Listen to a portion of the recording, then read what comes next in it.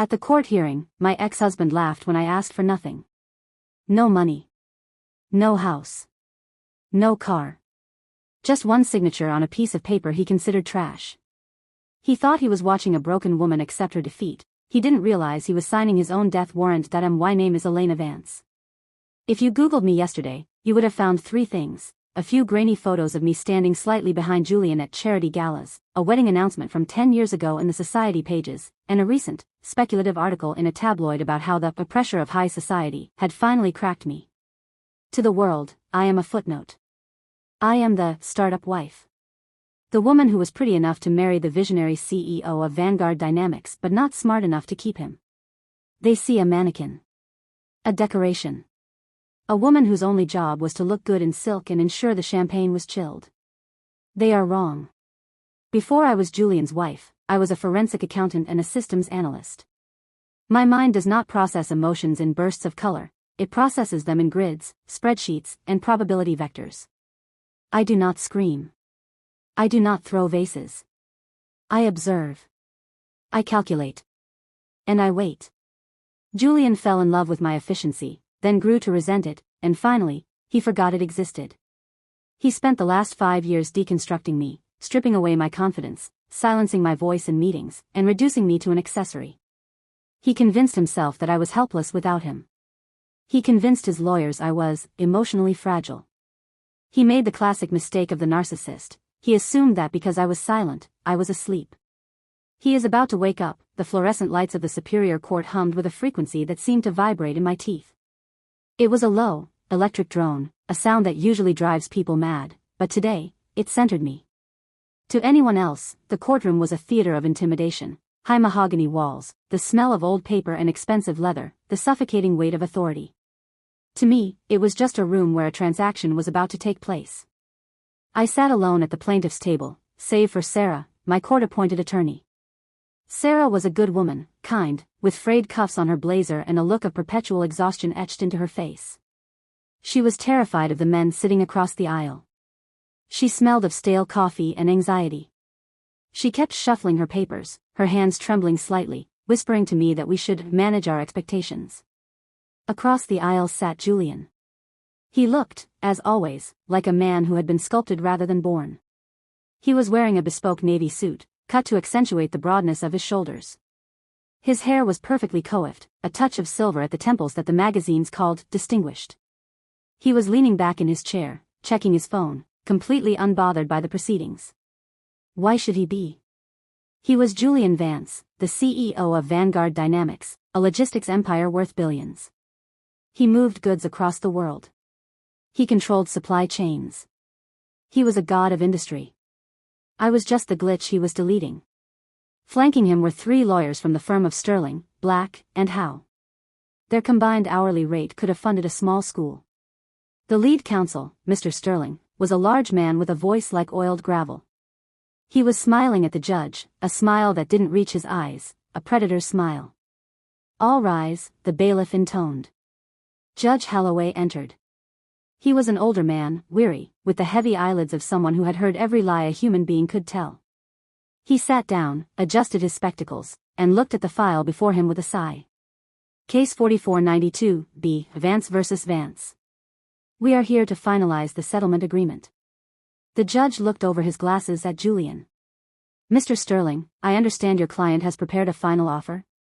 Sterling stood up. He buttoned his jacket with a slow, theatrical movement. He wanted the room to admire him. Yes, Your Honor, Sterling said, his voice filling the room. Despite the unfortunate and erratic nature of Mrs. Vance's behavior leading up to the separation, my client wishes to remain magnanimous. Mr. Vance is a man of honor. He recognizes that for 10 years, Elena was his companion, and he wishes to see her comfortable. Sterling paused. He looked at the gallery, then at me. We are offering a lump sum of $2 million, Sterling announced. Additionally, we are transferring the deed to the Lake Como vacation property to Mrs. Vance, free and clear of all liens. And finally, a spousal support stipend of $10,000 a month for the next 5 years. A hush fell over the room. Sarah, next to me, let out a small gasp. She grabbed my arm under the table, squeezing it hard. Elena, she whispered, her voice fierce and low. Take it. My God, take it. This is 3 times what we expected. The prenup caps you at $500,000. He's buying you off. Take the money and run. I didn't move. I stared at the wood grain of the table. $2 million. A villa in Italy. A comfortable salary for doing nothing. It was a golden parachute. It was a bribe to go away quietly and never speak of the things I knew. It was an insult. Mrs. Vance? The judge looked at me. Have you discussed this offer with your counsel? I slowly unclasped my hands. I stood up. My chair scraped against the floor, a harsh sound that made Julian look up from his phone for the first time. His eyes met mine. They were cold, blue, and utterly empty of affection.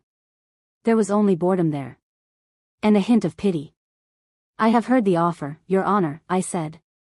My voice was quiet, steady, contrasting sharply with the bombastic tone of his lawyer. And, the judge asked. I decline. Sarah dropped her pen. Sterling blinked, his mouth opening slightly. Julian chuckled, a soft, incredulous sound. Decline? The judge frowned. Mrs. Vance, perhaps you didn't hear the figures. $2 million. This is a significant deviation from the prenuptial agreement in your favor. I heard the figures, Your Honor, I said. And I don't want them. You want more? Sterling barked, stepping forward. Typical. We offer a fortune, and she wants a kingdom. Your Honor, this is exactly the kind of irrational greed we have been dealing with. I don't want more, I cut him off. I didn't raise my voice, but the sharpness of my tone sliced through his bluster. Then what do you want? The judge asked, exasperated. I want nothing, I said. The silence that followed was absolute. It wasn't the silence of peace, it was the vacuum of confusion. The stenographer stopped typing. The bailiff looked up. Julian finally put his phone down on the table, giving me his full attention. Nothing? Julian repeated, speaking out of turn. No money, I listed, counting on my fingers. No alimony. No lump sum. No real estate. No claim on the marital assets. No claim on his liquid cash. No claim on Vanguard Dynamic stock. You want to leave with nothing? The judge looked concerned now. He looked at me like I was a child wandering into traffic. Mrs. Vance, I cannot in good conscience allow you to render yourself destitute. The law ensures an equitable. I will not be destitute, Your Honor, I said. I am a capable woman. I have a degree. I can work. I simply wish to sever all ties. I do not want to owe him anything. I do not want to be kept by him for another 5 years. I turned to look at Julian. I let my shoulders slump just a fraction. I let a look of weary sadness wash over my face. It was a mask I had perfected over a decade of bad dinner parties. I just want to be free, Julian, I said softly. I want a clean slate. I don't want your money. I don't want your pity. Julian stared at me. He was processing this. He was a businessman, a shark. He was looking for the angle. But his arrogance was his blind spot. He couldn't conceive of a world where a woman would turn down millions unless she was either insane or trying to prove a point. He decided it was the latter. He thought I was being a martyr. He thought I was trying to claim the moral high ground, to walk away with my dignity, so I could tell my friends I didn't take a dime from the monster. He smiled. It was a cruel, satisfied smile. He thought he had broken me so thoroughly that I had lost the will to fight for my own survival. Let her be, Julian said to his lawyer, waving a hand dismissively. If she wants to play the saint, let her. It saves me $2 million. Julian, this is irregular, Sterling warned. We need a release of liability. I will sign whatever release you want, I said. On one condition. Ah, Sterling sneered. Here it comes. The condition. I want one asset, I said. You just said you wanted nothing, Julian snapped. I want no assets of value, I corrected. I want a single signature transferring ownership of a dormant entity. I reached into my tote bag, a simple leather bag, not the Hermes he had bought me to apologize for missing our anniversary. I pulled out a single sheet of paper. It was crisp, white, and unadorned. I walked over to the defense table and placed it in front of Julian. What is this? Julian looked at the paper without touching it. A transfer of ownership for Archon Logistics LLC, I said. Julian froze for a split second. His eyes darted to the name. Then, he threw his head back and laughed. It was a loud, booming laugh that echoed off the high ceilings. Archon, he wheezed. You want Archon? Yes, I said. Your Honor, Julian said, wiping a tear of mirth from his eye. This is rich. She wants a shell company I set up 5 years ago for a warehouse project in New Jersey that never got off the ground. It has no assets. It has no bank account. It has no employees. It's a ghost. I think I used it once to lease a copier. Let me see the document, the judge ordered. The bailiff took the paper and handed it up to the bench. The judge read it, his brow furrowing. Mutual release and transfer. Julian Vance transfers 100% of ownership, rights, and titles of the entity known as Archon Logistics to Elena Vance. In exchange, Elena Vance waives all rights to alimony, marital assets, and future claims. Mrs. Vance, the judge said slowly. If this company is truly empty, you are trading your future for a container. It has sentimental value, I lied. My voice was steady. It was the first project Julian let me name. We worked on the logo together on a napkin in a diner. I want to take the name and build something of my own.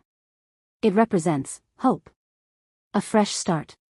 A napkin in a diner, Julian mocked. God, you are pathetic, Elena. You're clinging to a fantasy. Maybe, I said. But it's my price. Sign the paper, give me the empty shell, and I walk away. You keep the millions. You keep the house. You keep the cars. Julian looked at his lawyer. Sterling was frowning, flipping through his notes. Julian, I don't recall the specifics of Archon, Sterling muttered. We should run a due diligence check. Make sure there are no outstanding liabilities attached to it. There are no liabilities, Sterling, Julian said, impatient now. He checked his watch. I set it up myself.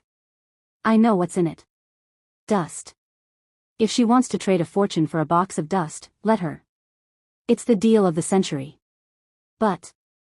Give me the pen. Julian snatched the Mont Blanc pen from Sterling's hand. He didn't look at me. He looked at the paper, seeing only a victory. He saw a woman who was so broken she was asking for trash. He saw a savings of $2 million. He saw a clean break. He signed his name with a flourish. A sharp, aggressive signature, Julian Vance. He pushed the paper toward me. There, he said, his voice dripping with condescension. You are now the CEO of Archon Logistics. Try not to bankrupt it. I took the paper. I didn't smile. I didn't gloat. I simply checked the signature to ensure it was legible. It was. Thank you, Julian, I said. Are we done here? Julian stood up, buttoning his jacket. I have a board meeting. We're announcing record quarterlies. We are done, the judge said, banging the gavel. The divorce is final. The settlement is approved. Julian walked out of the courtroom without looking back.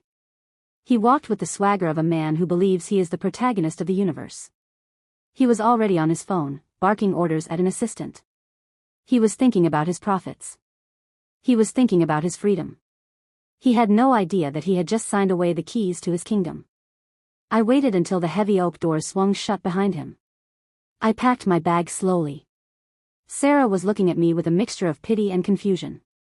Elena, she said softly. I hope you know what you're doing.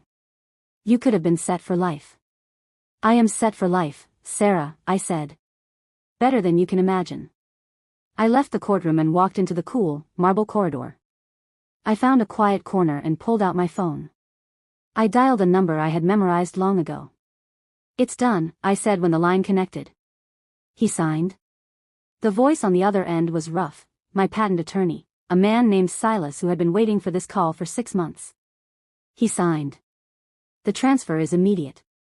Did he hesitate? No. He laughed. Good, Silas said. I'm looking at the USPTO database now. The transfer of the vector 9 compression algorithm patent is already keyed into the Archon Logistics holding. It was never transferred back to Vanguard. It's sitting right there. I closed my eyes and let the satisfaction wash over me. Julian was a visionary, yes. But he was also lazy with details. 5 years ago, when Vanguard created the revolutionary software that allowed them to dominate the logistics market, Julian had been paranoid about liability. He had his lawyers assign the intellectual property, the very code that ran his trucks, his planes, and his tracking systems, to a separate, holding company to protect it during a lawsuit Vanguard was fighting at the time. He assigned it to Archon Logistics. The lawsuit ended. The software became the industry standard. But Julian, in his arrogance and haste, never signed the paperwork to transfer the patent back to the main company. He just assumed it was done. He assumed his people handled it. For 5 years, Vanguard Dynamics had been operating on a licensing agreement from Archon Logistics. A licensing agreement that I had read. A licensing agreement that had a termination for convenience clause, allowing the owner of Archon to revoke the license with 24 hours written notice. Julian thought he gave me an empty shell. He actually gave me the ownership of the software that ran his entire business. Elena? Silas asked. What are your instructions? Execute the termination clause, I said, my voice cold. Send the cease and desist to Vanguard's legal department. And file an injunction to freeze their servers if they don't comply by midnight. This is going to destroy him, Silas said. Without that code, Vanguard stops. Their trucks won't know where to go. Their inventory vanishes. He'll lose hundreds of millions in days. I looked out the window at the city skyline. I could see the Vanguard Tower in the distance, a gleaming monument to Julian's ego. I asked for nothing, I whispered to the glass. And he gave me everything. Send it, I told Silas. And turn off your phone. It's going to get loud. I hung up and walked out into the sunlight. The war was over. The massacre was just beginning, the taxi smelled of pine air freshener and old vinyl. I leaned my head against the cool glass of the window, watching the city of New York blur into streaks of gray and steel. My phone sat heavy in my hand, a dormant grenade with the pin pulled, waiting for the inevitable explosion. I didn't feel joy. Not yet. Joy is an emotion, and for the last 5 years, I had trained myself to suppress emotion in favor of observation. What I felt was the quiet, rhythmic clicking of a puzzle finally locking into place. Julian believed he had just won. He was currently on his way to a celebratory lunch at Le Bernardin, likely ordering a bottle of vintage Pinot Noir to toast his own brilliance. He would be telling his lawyers how easy it was, how pathetic I looked, how he had managed the situation with the grace of a king dismissing a beggar. He didn't understand that his victory was a hallucination. He didn't understand that the woman he had just divorced, the weeping, fragile creature he thought he knew, had never really existed. She was a construct. A mirror I had polished until it reflected exactly what he wanted to see. To understand why he signed that paper, you have to understand the architecture of our marriage. You have to understand how a man like Julian Vance looks at a woman like me. He didn't marry a partner. He hired an audience. We met 7 years ago at a logistics conference in Chicago. I wasn't a model then. I wasn't a socialite. I was a senior systems analyst for a mid-sized freight company.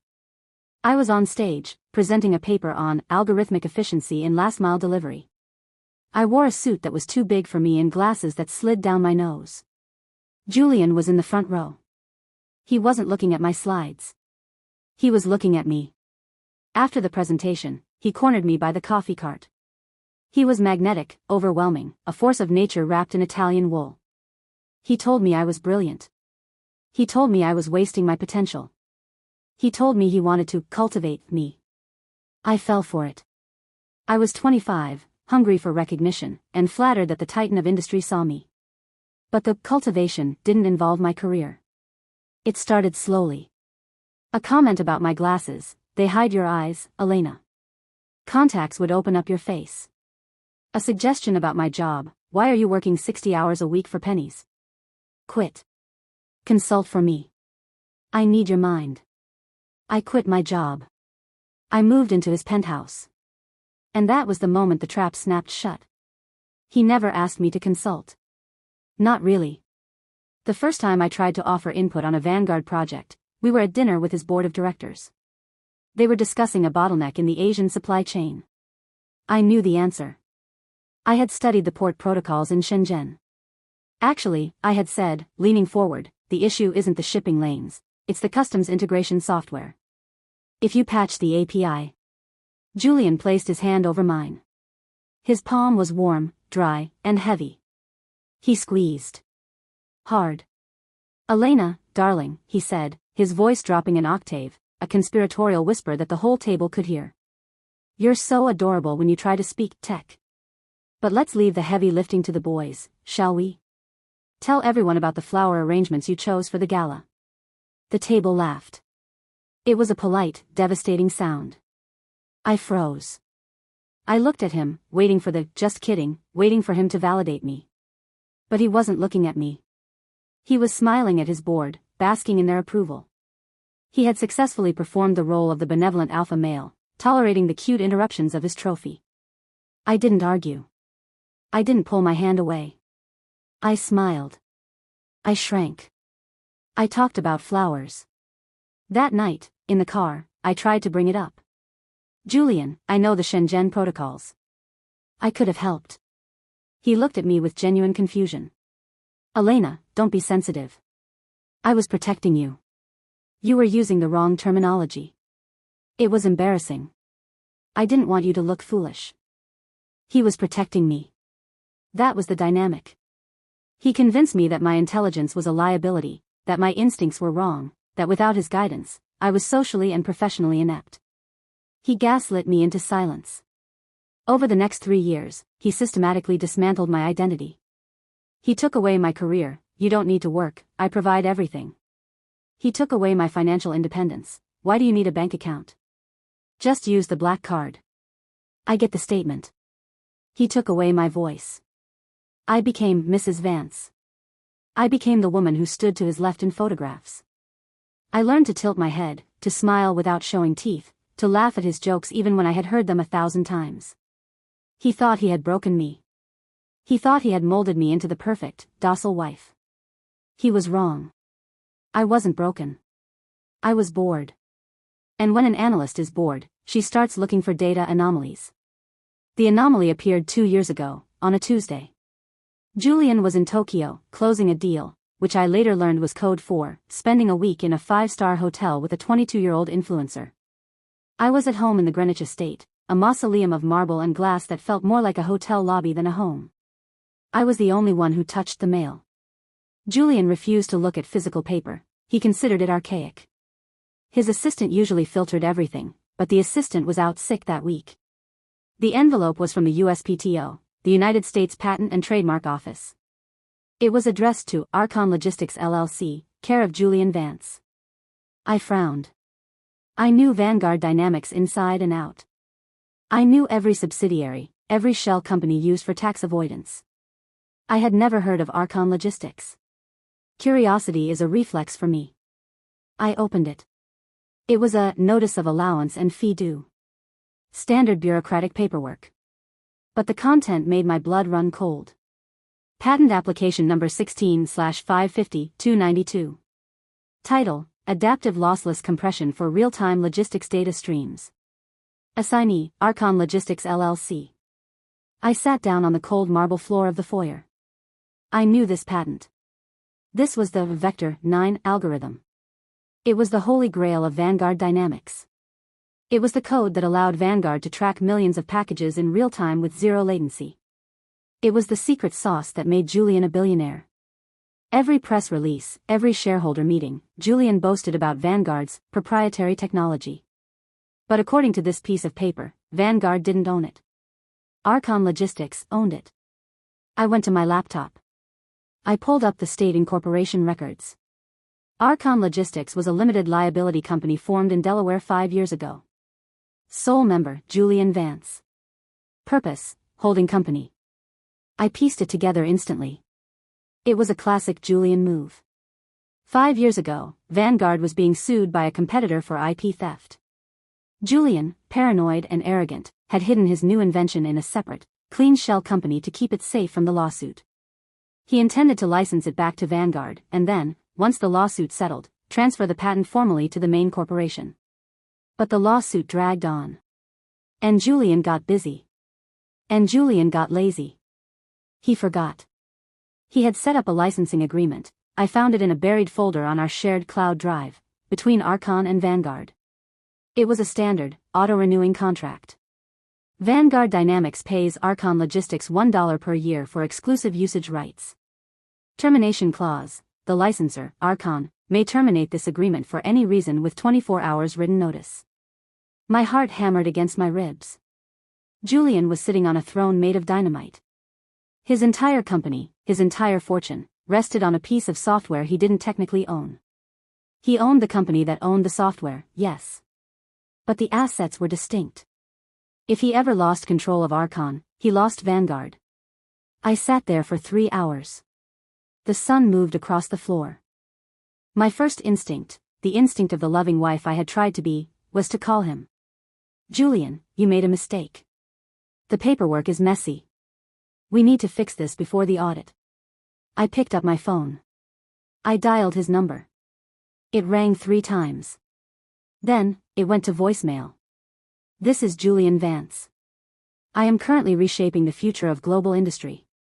Leave a message. I didn't leave a message. Instead, I checked his Instagram. He hadn't posted, but the girl he was with had. She had tagged him in a story. They were at a karaoke bar in Roppongi. Julian was singing, his arm draped around her waist, looking happier than he had looked with me in years. He looked liberated. He wasn't reshaping the future. He was betraying the present. I looked at the phone. I looked at the patent notice. And I felt something click. The love, the desperation for approval, the fear of his anger, it all evaporated. What was left was cold, hard calculation. He thought I was stupid. He thought I was dependent. He thought I was nothing without him. I decided to prove him right. I would be nothing. I would be so insignificant, so invisible, that he wouldn't even check his blind spots. I stood up. I walked to my office. I wrote a personal check for the patent fee, $1,600. I mailed it back to the USPTO. I listed the return address as a P.O. box I opened that afternoon in my own name. I became the secret caretaker of Archon Logistics.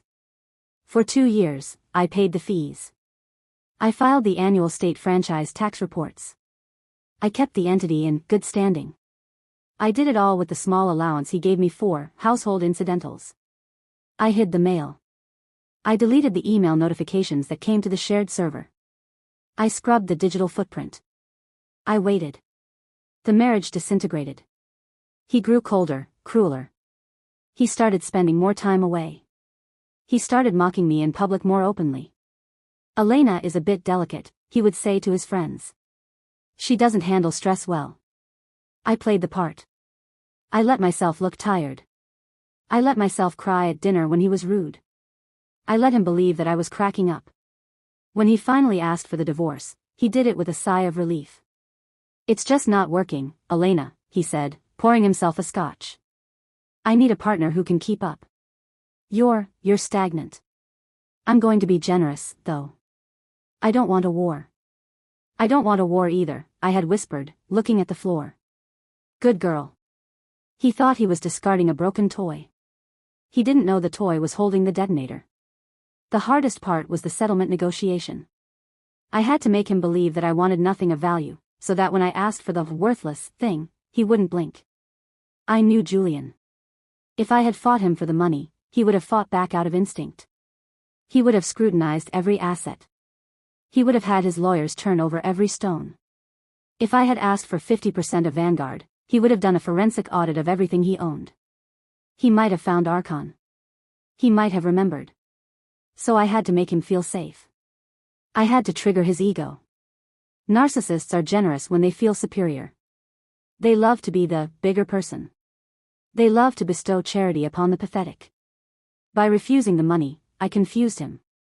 By refusing the house, I insulted him. But by asking for a sentimental project, a failed, empty shell company, I fed his narrative.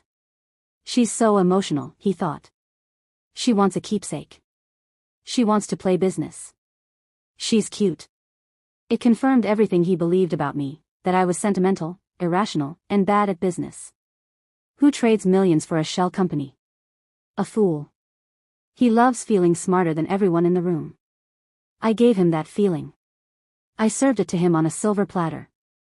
I watched him in that courtroom today. I watched him laugh. I watched him sign the transfer without even reading the full legal description of the entity's holdings. Transfer of all assets, intellectual property, and liabilities. It was one sentence. If he had read it, he might have paused. If he had respected me, he might have wondered. But he didn't. The taxi hit a pothole, jarring me back to the present. We were pulling up to my new apartment, a small, quiet place in Brooklyn. No marble. No servants. Just a desk, a laptop, and a high-speed internet connection. My phone buzzed. It was a text from Silas, my attorney. Drafts are ready. The termination of license notice is queued. The courier is standing by at Vanguard HQ. Do we pull the trigger? I looked at the screen. I thought about the way Julian had laughed when I asked for nothing. I thought about the flower arrangements. I thought about the silence he had forced down my throat for 7 years. He wanted me to be a decoration? Fine. I was about to become the most expensive piece of art he ever owned. I typed a single word in reply. Now. I paid the driver and stepped out onto the sidewalk. The wind was picking up. A storm was coming. Julian was probably just ordering his appetizers. He had about 20 minutes before his phone started ringing. Before the dashboard in his operations center turned red. Before the truck stopped moving.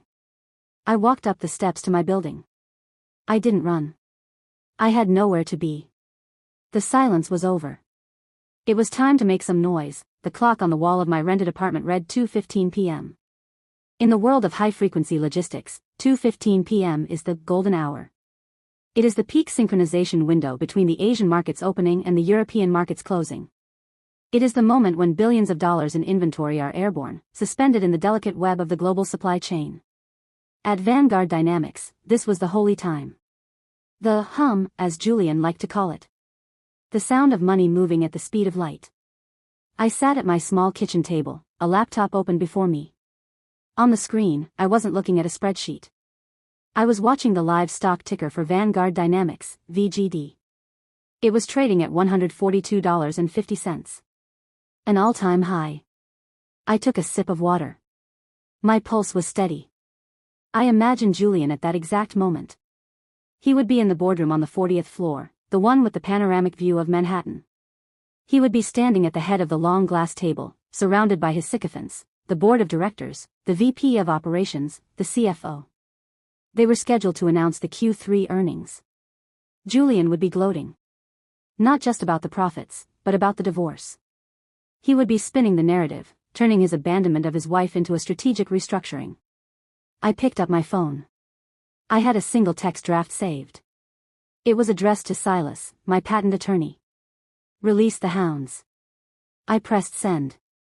Vanguard Dynamics headquarters, 40th floor executive boardroom, reconstructed from deposition transcripts and internal logs.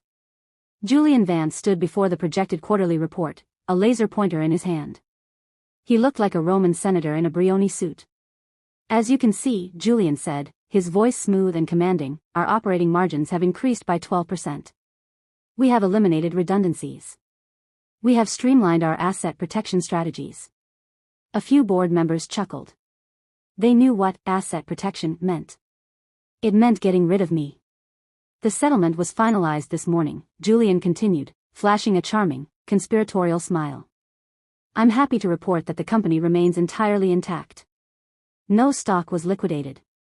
No operational assets were touched. In fact, I managed to offload a dormant liability in the process. A liability? Asked Marcus Thorne, the chairman of the board. A shell company, Julian waved his hand dismissively. Archon Logistics.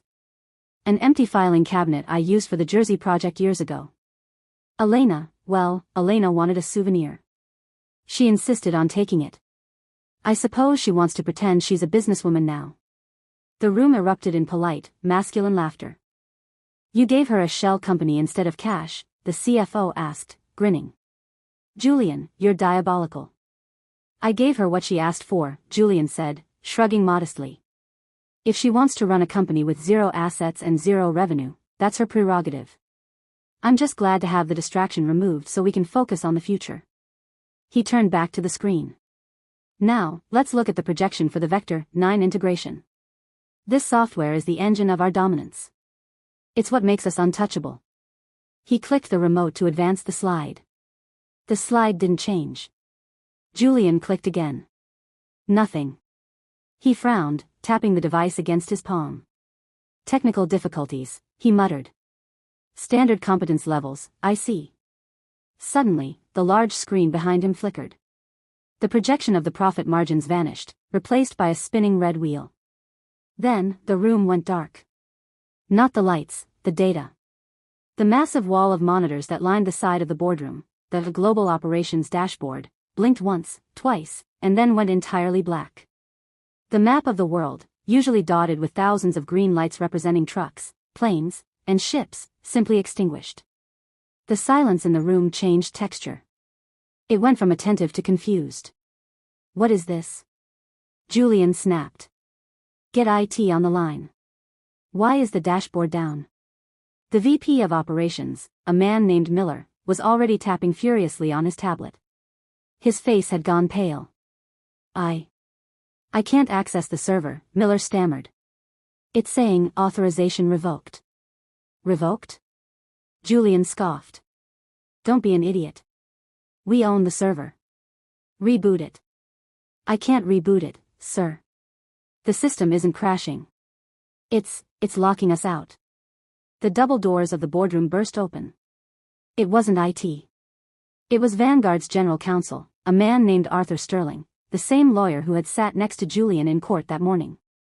He wasn't walking, he was running. He was sweating. He held a sheaf of papers in his hand as if they were burning him. Julian, Sterling gasped. He ignored the board. He ignored protocol. We have a problem. Not now, Arthur, Julian barked. The dashboard is glitching. Get someone to fix the damn code. That's the problem, Julian. Sterling's voice cracked. He slammed the papers onto the glass table. It's not a glitch. It's a kill command. Julian stared at him. What are you talking about? We just received a cease and desist order, Sterling said, breathless. Followed immediately by a federal injunction. It was served 2 minutes ago. From who? Julian demanded. Competitors? The FTC? No, Sterling whispered, looking around the room as if searching for an exit. From Archon Logistics. The room went dead silent. You could hear the hum of the air conditioning. Julian froze. The laser pointer in his hand trembled slightly. Archon? Julian laughed, but it was a hollow, brittle sound. That's impossible. Archon is a shell. Elena owns it. She signed the papers 3 hours ago. Read the order, Sterling said, pushing the paper toward him. Julian snatched the document. His eyes scanned the legal text. Notice of immediate termination of license agreement. Pursuant to Section 4.2 of the Master Licensing Agreement between Archon Logistics LLC, licensor, and Vanguard Dynamics, licensee, the licensor hereby exercises its right to terminate the usage rights for the software known as Vector 9 compression algorithm, effective immediately. All access to the proprietary source code is hereby revoked. Any continued use of the software constitutes willful patent infringement and theft of intellectual property. Signed, Elena Vance, CEO, Archon Logistics. Julian looked up. His face was a mask of pure incomprehension. She turned it off, he whispered. She didn't just turn it off, Julian, Sterling hissed. She owns it.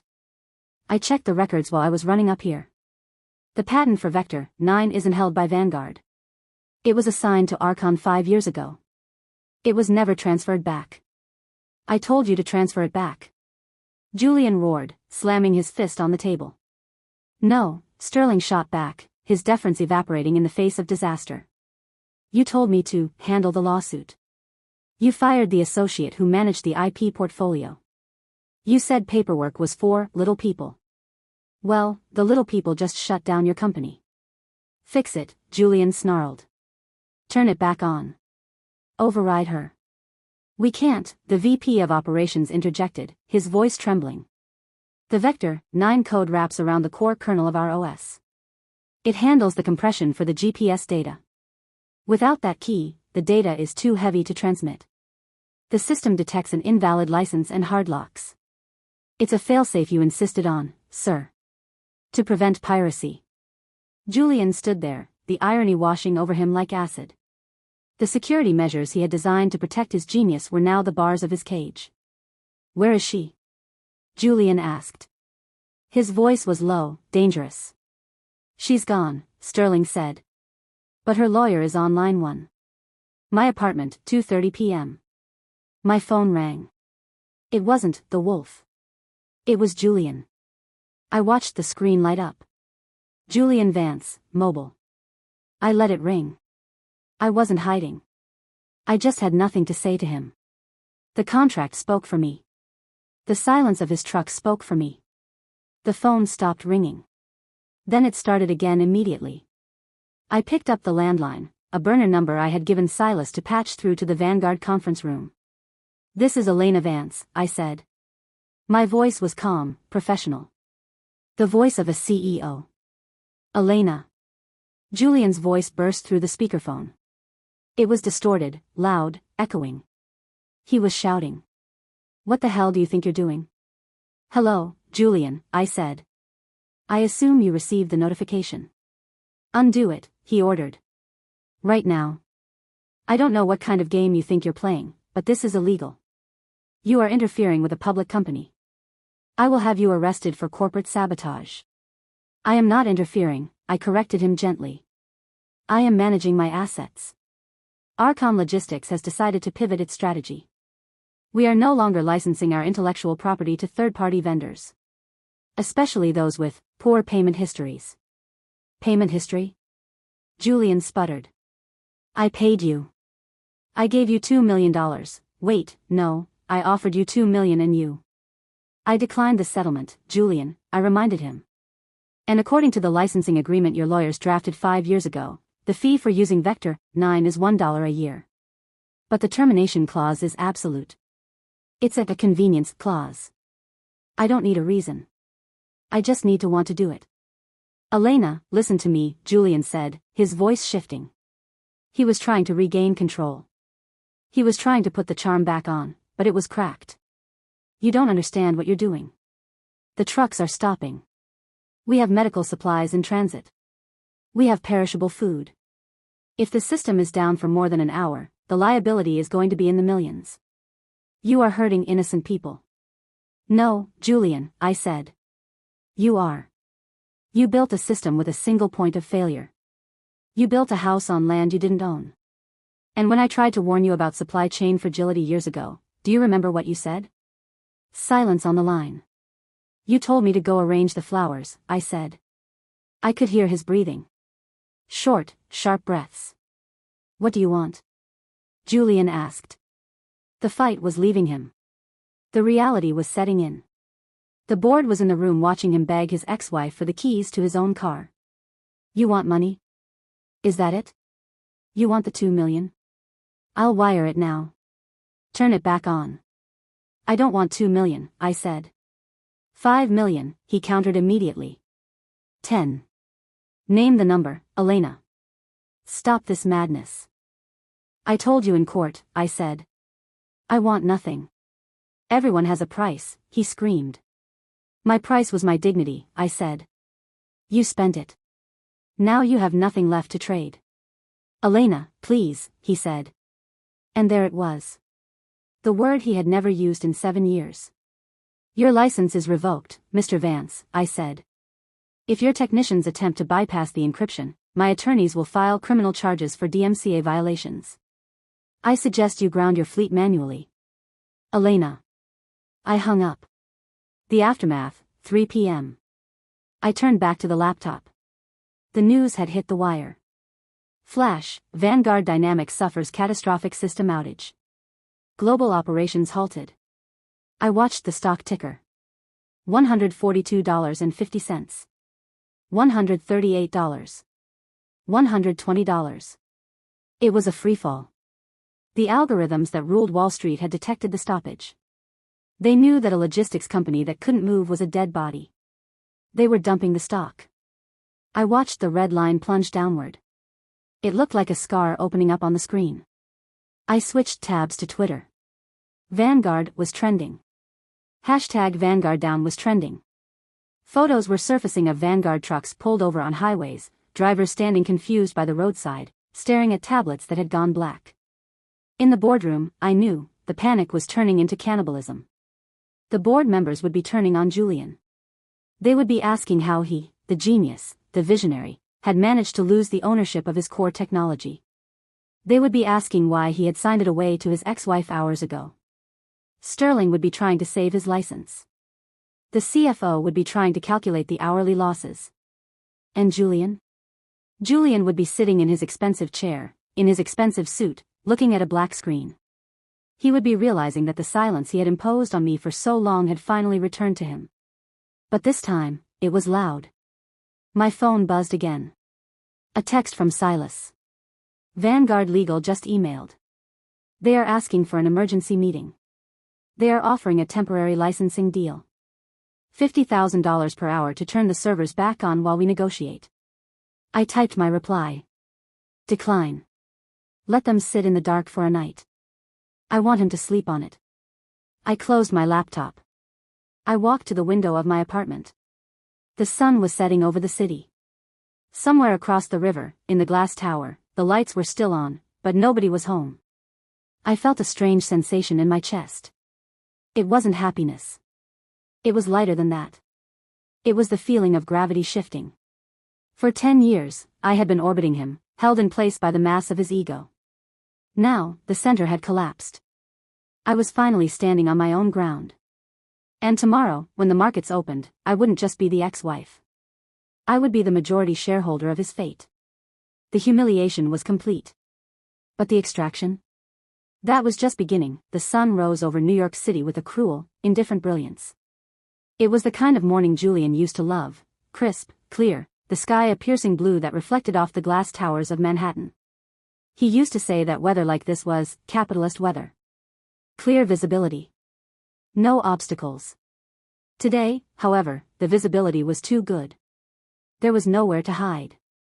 I sat on my sofa, a mug of black coffee in my hand, watching the financial news network CNBC. The volume was low, but the graphics were screaming. The bottom third of the screen was a sea of red. Breaking news: Vanguard Dynamics halts trading. Logistics giant dark for 16 hours.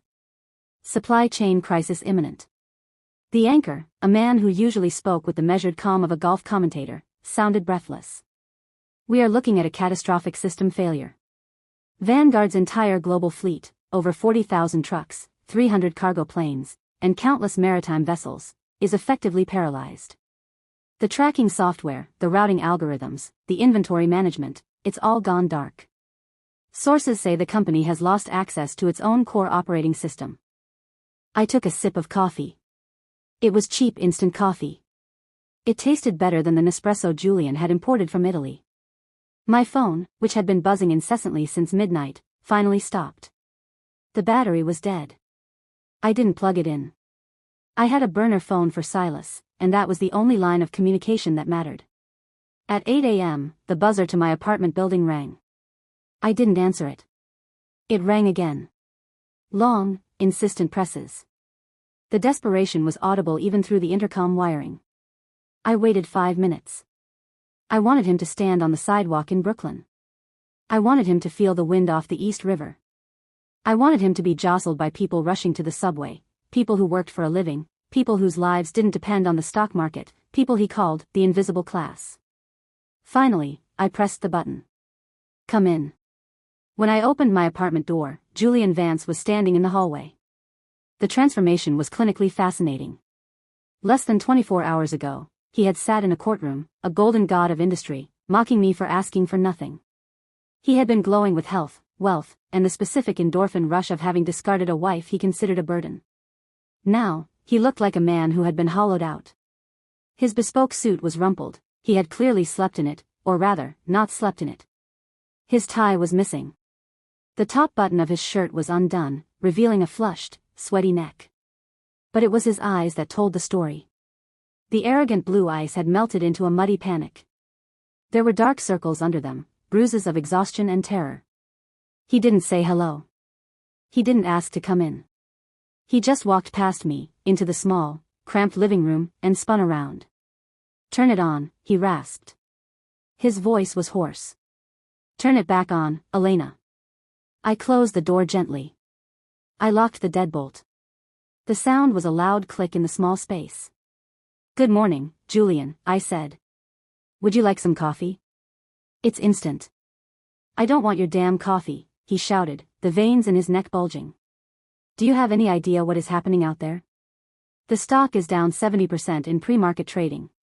70%. The board is holding an emergency vote of no confidence at noon. The banks are calling in my personal lines of credit. "I know," I said, walking past him to sit in the single armchair by the window. "I've been watching the news.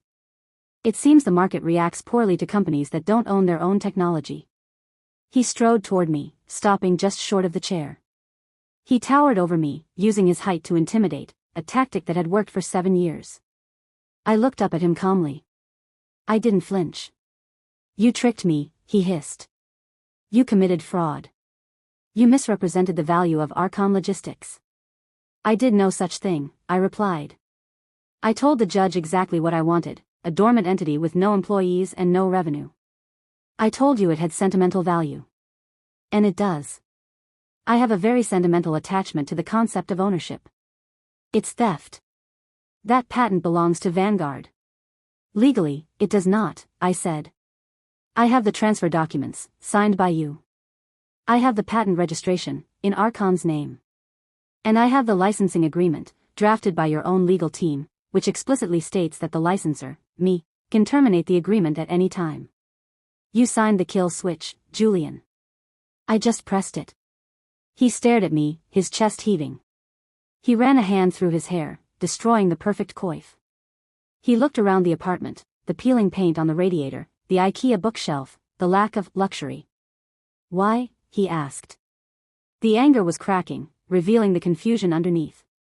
"Why burn it all down? You could have had the 2 million. You could have been rich. Instead, you destroy the company? You destroy me? For what? Spite?" "Not spite," I corrected him. "Audit." He blinked. "What?" "I didn't just turn off the software, Julian. When I took control of Archon, I also took possession of the data logs. Archon's servers have been mirroring Vanguard's data for 5 years. Every route. Every shipment. Every manifest." I reached under the chair and pulled out a thin manila folder. I tossed it onto the coffee table. "Did you think I wouldn't notice the ghost fleet?" Julian went still. The color drained from his face so fast it looked like a physical reaction to a toxin.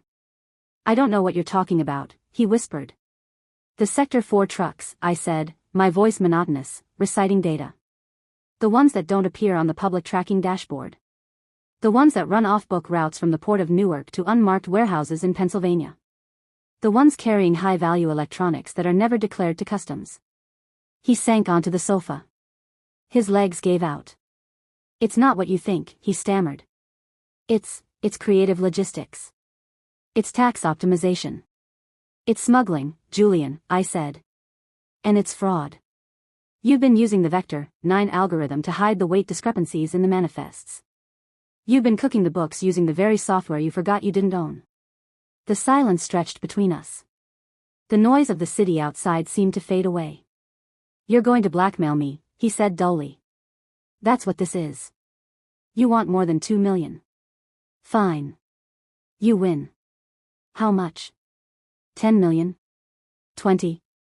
I can liquidate my holdings in the Cayman accounts. It will take a few days, but I can get you cash." I looked at him with genuine curiosity. "You still don't get it. You think this is a transaction?" "Everything is a transaction," he screamed, slamming his hand on the cushion. "Name your price. I will buy Archon back. I will buy the patent back. Just give me the number." "I don't want your money, Julian," I said. "I told you that in court. I meant it." "Then what do you want?" I want the signature. I already gave you the signature. Not that one, I said. I want your resignation. He stared at me. You want me to step down? I want you to resign as CEO of Vanguard Dynamics. I want you to surrender your voting shares to the board. I want you to issue a public statement admitting that your negligence led to the loss of the company's core IP. And then, I want you to leave. You're insane, he spat. Vanguard is my company. I built it. I am the brand. If I leave, the stock goes to zero. The stock is already going to zero, Julian, I said softly. But if you resign, and if the board negotiates a new licensing deal with Archon under new leadership, the systems turn back on. The trucks move. The company survives. The employees keep their jobs. I leaned forward. You have a choice. You can stay the CEO of a dead company, facing federal indictments for the smuggling I found in the logs. Or you can be the disgraced former CEO of a surviving company, who retires quietly to avoid prosecution. You would turn me in? He asked, his voice trembling. To the feds? I am an observer, Julian. I observe patterns. If the pattern of illegality continues, I have a duty to report it. If the leadership changes, perhaps I lose the logs. Perhaps I forget the password to that specific encrypted folder. He looked at his hands. They were shaking. He was seeing his future dissolve.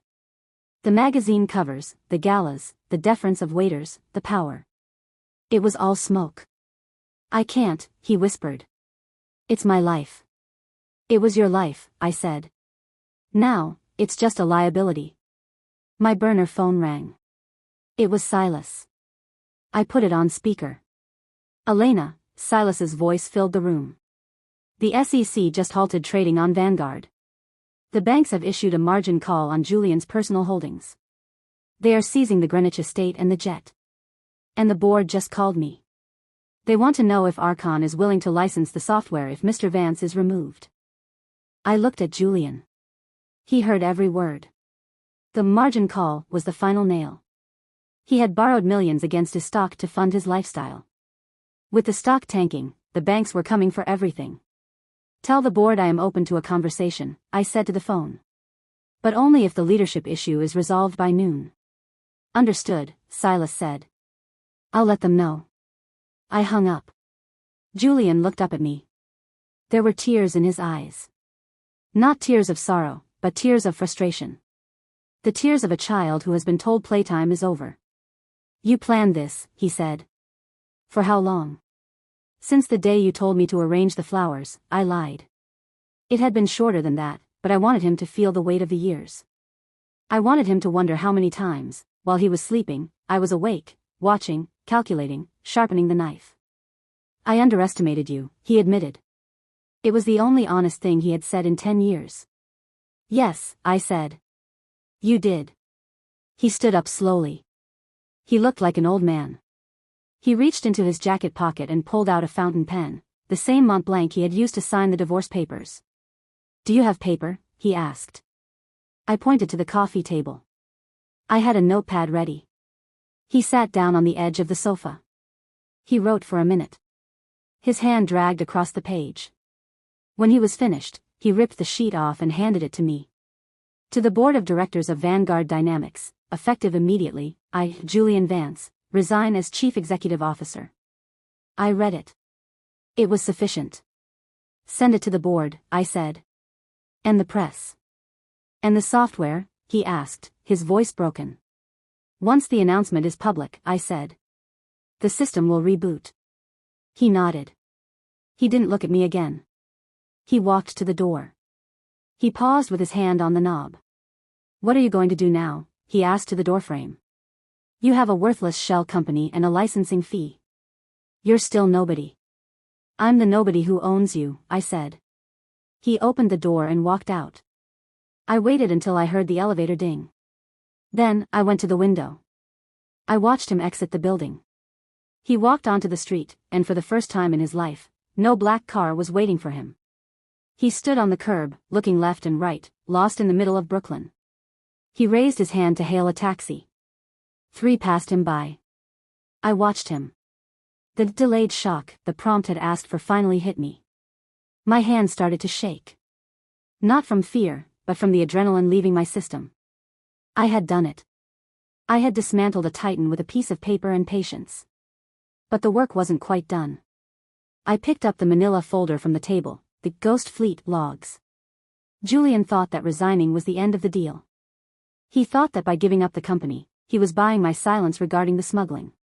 He forgot one thing. I never signed a non-disclosure agreement regarding the crimes. I only promised to turn the software back on. I looked at the folder. The aftermath. The banks would take his money. The resignation would take his power. But this folder? This folder would take his freedom. I had promised him nothing. And I would leave him with nothing. I picked up the phone and dialed a new number. Not Silas. Not the board. Federal Bureau of Investigation, White Collar Crimes Division, the voice on the other line said. Good morning, I said, my voice steady, clear, and cold. My name is Elena Vance. I have some data logs regarding Vanguard Dynamics that I believe you need to see. I looked out the window at Julian, who was finally getting into a yellow cab. He looked relieved. He thought the worst was over. He was wrong. The system was just getting started. The cab drove away. I sat back down. The silence in the apartment was beautiful. It wasn't empty anymore. It was full of possibility. The phone rang again. It was the chairman of the board. Mrs. Vance, he said, his voice dripping with newfound respect. We received the resignation. We are ready to discuss the licensing terms. Name your price. I smiled. Mr. Thorne, I said. We can discuss the price. But first, let's talk about the new consulting role I'll be taking. I have some ideas about your supply chain efficiency. Of course, he said instantly. Whatever you say. I took a sip of my cold coffee. Let's get to work. The strange request in the courtroom had been a seed. It had grown into a forest of thorns, and Julian was trapped in the thicket. He had laughed when I asked for a signature. Now, that signature was the only thing written on his tombstone. I checked my watch. 9 a.m. The markets were opening. It was a good day for business. The fall of a god is rarely silent. It is a cacophony of sirens, shutter clicks, and the frantic shouting of questions that will never be answered. They came for Julian 48 hours after I made the call. He hadn't fled. He hadn't run to a non-extradition country. His arrogance was a terminal condition. He genuinely believed he could talk his way out of it. He was staying in a suite at the St. Regis, trying to rally investors for a counter-coup, trying to spin the narrative that the Ghost Fleet was a rogue operation run by middle management. He didn't understand that the paper trail I had handed to the FBI didn't just show the crimes, it showed the commands. I had the emails where he authorized the fuel for the off-book trucks. I had the encrypted chats where he discussed how to bypass customs with the special inventory. I watched the arrest from the television in my new office. It was 10 a.m. on a Tuesday. The footage was shaky, shot from a helicopter. Julian was led out of the hotel in handcuffs. He wasn't wearing a suit. He was wearing a tracksuit, attempting to look casual, but he looked small. He looked like what he was, a criminal. The FBI agent guiding him into the back of the SUV didn't handle him gently. There was no deference. My phone rang. It was Marcus Thorne, the chairman of the board at Vanguard Dynamics. Mrs. Vance, Thorne said. His voice was tight. We see the news. I see it too, Marcus, I said, leaning back in my chair. It's unfortunate. It seems the leadership transition is going to be more permanent than we discussed. Elena, Thorne said, dropping the formalities. The stock is in freefall again. The trading algorithms are reacting to the indictment. If we don't stabilize the narrative by the closing bell, Vanguard is going to be delisted. We need you to come in. We need a statement from Archon. I'll be there in an hour, I said. Have the full board present. And Marcus? Yes. Have a seat ready for me at the head of the table. I don't like sitting on the sidelines. Vanguard Dynamics headquarters, 11:30 a.m. Walking into the lobby of the Vanguard Tower was a surreal experience. For 7 years, I had entered this building as a guest. I had been the woman who needed a visitor's pass, the woman who had to wait for her husband's assistant to come down and escort her up. Today, the security guard stood up as I approached. They didn't ask for ID. They held the turnstile open. "Good morning, Mrs. Vance," the head of security said, nodding respectfully. "Ms. Vance," I corrected him gently. "Or just Elena. Mrs. Vance is no longer with the company." I took the private elevator to the 40th floor. The silence in the hallways was heavy. The employees I passed, analysts, junior executives, secretaries, looked at me with a mixture of awe and terror. They knew. Everyone knew. The rumor mill had done its work. I was the woman who had turned off the lights. I was the woman who held the switch. I pushed open the double doors to the boardroom. The air was stale, smelling of cold coffee and panic. The 12 members of the board were already seated. They were all men, all over 50, all wearing suits that cost more than my father's house. They stood up in unison when I entered. It was a reflex of fear, not manners. "Gentlemen," I said, placing my leather bag on the table. "Elena," Marcus Thorne said, gesturing to the chair at the head of the table, Julian's chair. "Thank you for coming. We are in a precarious position." I remained standing. I looked at the empty chair. It was high-backed, leather, imposing. It looked like a throne. "I won't sit there," I said. Thorne blinked. "I don't understand." "That chair is for a CEO who believes he is a king," I said. "I am not your CEO. And I am not a king.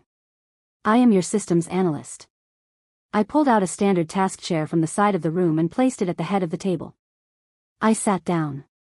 "Let's talk about the Vector 9 license," I began. "We are prepared to offer a generous annual fee," Thorne said quickly, sliding a folder across the table. $5 million a year. A 10-year contract.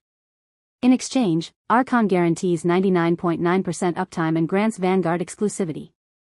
I didn't open the folder. "No," I said. The room stiffened. "Elena, be reasonable," another board member said. $5 million is. $5 million is what you pay for the lobby art," I interrupted. "You are not understanding the new reality. Archon Logistics is not a vendor. We are the infrastructure. Without my code, your ships drift. Your trucks stop. Your inventory rots." I leaned forward, clasping my hands. "Here are the terms," I said. My voice was calm, the voice of the forensic accountant I used to be. "The licensing fee will be 3% of Vanguard's gross global revenue, paid quarterly." 3%. Thorne choked. That's hundreds of millions. That wipes out our profit margin." "Then you should find a way to be more efficient," I said cold. "Julian wasted millions on private jets and off-book smuggling operations. I imagine if you trim the fat, you'll find the money." "This is extortion," the CFO muttered. "This is capitalism," I countered. "Supply and demand. I have the supply. You have the demand. But that's not all. There's more." Thorne looked pale. "Yes. Archon Logistics will be installing a permanent compliance monitor within Vanguard. My team will have unrestricted access to your data logs, your financial records, and your shipping manifests. We will ensure that the Vector 9 software is never again used for illegal activities." "You want to audit us? Perpetually?" "I want to protect my intellectual property," I said. "And frankly, gentlemen, given your lack of oversight regarding the previous CEO's activities, I don't trust you to run this company without a babysitter." The room was silent. They looked at each other. They looked at the stock ticker on the wall, which was currently halted pending news. They looked at me. They saw the flower arranger. They saw the trophy wife. But they also saw the person who had just dismantled their world with a single signature. "If we agree," Thorne asked quietly, "will you issue a statement of support? Will you turn the dashboard back on?" "The moment the contract is signed," I said. "I'll issue a press release stating that Archon has partnered with Vanguard's new leadership to usher in an era of transparency and stability." Thorne sighed. He picked up his pen. "Do we have a choice?" he asked the room. Nobody spoke. "Fine," Thorne said. "Draw up the papers." 3 months later. The office of Archon Logistics was real now. I didn't take a space in a glass tower. I rented a floor in a converted warehouse in Dumbo, Brooklyn. It had exposed brick, large windows overlooking the bridge, and the hum of actual work. I had 30 employees. Half of them were engineers I had poached from Vanguard, the ones Julian had ignored, the quiet ones who actually wrote the code. The other half were forensic accountants. Sarah, my divorce attorney, was now my general counsel. She walked into my office, holding a tablet. She looked different. She wore a sharper suit, and the look of perpetual exhaustion was gone, replaced by the energy of a woman who was winning. "The plea deal came through," Sarah said, sitting on the edge of my desk. I stopped typing. "And?" "He took it," she said. "Julian pleaded guilty to wire fraud, smuggling, and conspiracy. He wanted to avoid a public trial. He was terrified of what else you might have on him." "Smart," I said. "For once." "The sentence is 12 years, Sarah said. "Federal prison. Minimum security, but still, prison. No more St. Regis." I looked out the window. 12 years. It was a long time. But it was also the exact amount of time I had spent in his orbit, from the day we met until the day I divorced him. There was a poetic symmetry to it. "And the assets?" I asked. "Liquidated," Sarah said. "The government seized the Greenwich house, the cars, the art. It's all going to auction to pay the fines and the shareholder lawsuits. He is, for all intents and purposes, bankrupt." I nodded. I felt lighter. There was no surge of triumphant joy, no desire to pop champagne. Just a quiet sense of order being restored. The ledger was balanced. "There is one thing," Sarah said, hesitating. "What?" "He sent a letter. Through his lawyer. It's addressed to you." She pulled a white envelope from her file. It was handwritten. I took it. I recognized the handwriting, jagged, aggressive loops. "Do you want to read it?" Sarah asked. "No," I said. I didn't open it. I didn't need to know his final words. I didn't need his apology, his rage, or his excuses. Julian Vance was a closed file. He was historical data. I walked to the shredder in the corner of my office. I fed the unopened envelope into the machine. The blades whirred, slicing the paper into thin, unreadable strips. "Back to work," I said. The final scene. That evening, I stayed late at the office. The employees had gone home. The lights of the city were blinking on across the river. I sat at my desk, looking at the screen. Archon Logistics was no longer a shell. We were developing a new version of the software, Vector 10. It would be cleaner, faster, and built with transparency protocols baked into the code. We were signing contracts with shipping firms in Europe and Asia. I was building something. Not as a wife. Not as a shadow. But as myself. My phone buzzed. It was a notification from the bank. "Incoming wire transfer, $14,200,000 reference, Vanguard Dynamics, Q1 licensing fee." I stared at the number. $14 million. The first quarterly payment. I thought about the courtroom. I thought about the moment I stood up and said, "I want nothing." It was the best negotiation tactic of my life. By asking for nothing, I had forced him to give me the only thing that mattered, the potential. I opened my laptop and logged into my personal banking portal. I set up a transfer. I sent $2 million to a legal aid fund for women going through high-conflict divorces. Then, I closed the laptop. I picked up my bag and walked to the elevator. As I stepped out onto the cobblestone street, the air was cold and fresh. It smelled of salt water and rain. A taxi pulled up. The driver rolled down the window. "Where to, lady?" I smiled. It was a real smile, one that reached my eyes. "Wherever I want," I said. "I'm driving." I walked past the taxi, toward the subway.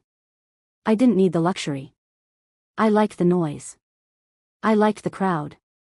I liked the feeling of being one person among millions, invisible not because I was silenced, but because I was free. I descended into the station, the rumble of the train vibrating beneath my feet. It was the sound of a system working. It was the sound of moving forward. The silence was gone. And I had never liked the quiet anyway. If you want to hear more captivating and deep stories, go to our channel, subscribe, like, and comment on what exactly impressed you in this story.